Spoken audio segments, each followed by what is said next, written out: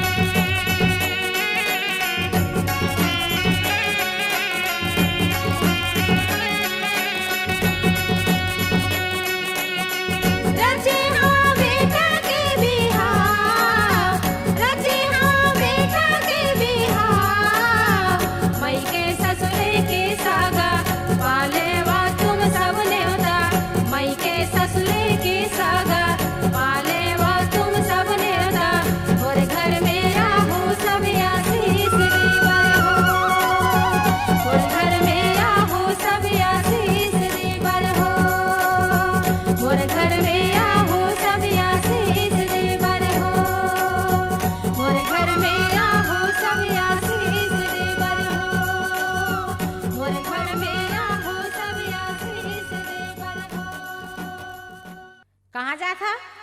मैं हवा हाँ?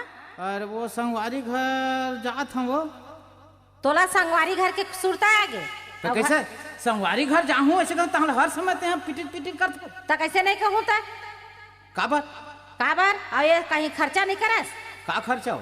बेटा के बिहाव ला रच डरे हस। हाँ। अब घर में कहीं सामान नहीं है। कैसे कहीं सामान है? वो दिन धान ला कुटवा के नाने हाँ, दाल ला दरवा के लाए हाँ, अब का हो ना? दाल चावल के बात नहीं करता। तो का बात करत है? बहु बार गहना कोठी बनवाना है, करसा कलौरी लाना है, पर्रा बीजना लेना है। अरे हाँ, एकर सुरता कसो मोला सुरता ये सामान लाते नहीं लान सकते। मैं नहीं लाना, मोर से नहीं बनाए। हाँ, मोर से बन ही, तोर से नहीं बना। हाँ, तोर से बन ही जा, तुम ले आओ।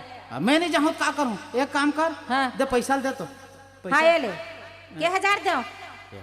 2-4 हजार, 4-5 हजार दे दे वो। हाँ ये ले, ठीक है। हाँ, ये जात हाँ घर के कहीं काम हो ही नहीं वो, और कोनो कहीं कुछ काम हो तेरा अपन करवा ले। हाँ तो मैं बनिहार करके मैं काम ला करवा लूँ।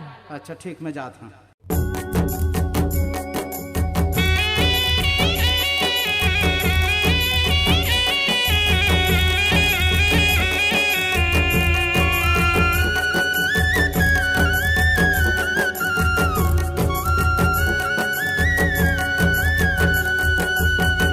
गहना ला सुंदर तेहा गढ़ दे सोनार भैया, गहना ला सुंदर तेहा गढ़ दे बेजी, गहना ला सुंदर तेहा गढ़ दे सोनार भैया, गहना ला सुंदर तेहा गढ़ दे बेजी।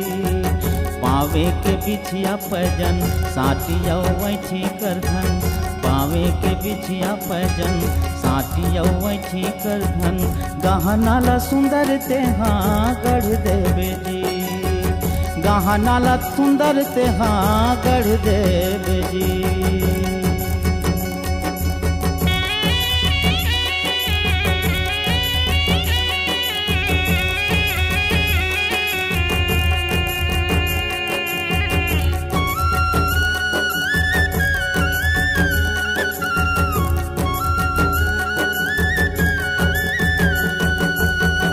मड़ वाला सुंदर तेहा गढ़ दे कुम्हार भैया, मड़ वाला सुंदर तेहा गढ़ दे बेजी, मड़ वाला सुंदर तेहा गढ़ दे कुम्हार भैया, मड़ वाला सुंदर तेहा गढ़ दे बेजी।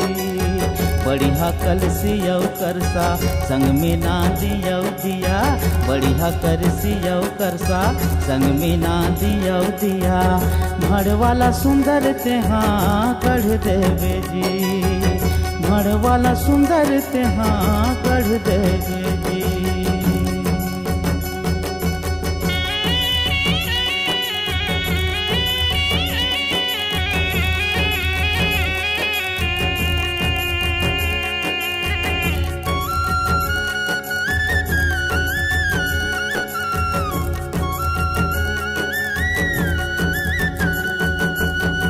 झाँपीला सुंदर हाँ गढ़ दे ये खर्रा भैया, झाँपीला सुंदर तेहा गढ़ दे बेजी, झाँपीला सुंदर तेहा गढ़ दे ये खर्रा भैया, झाँपीला सुंदर तेहा गढ़ दे बेजी। बढ़िया पर्रियौ पर्रा संग में बनाबे बिजना, बढ़िया पर्रियौ पर्रा संग में बनाबे बिजना, झाँपीला सुंदर तेहा गढ़ दे बेजी, झाँपीला सुंदर तेहा गढ़ दे बेजी, झाँपीला सुंदर तेहा गढ़ दे बेजी, झाँपीला सुंदर तेहा गढ़ दे बेजी।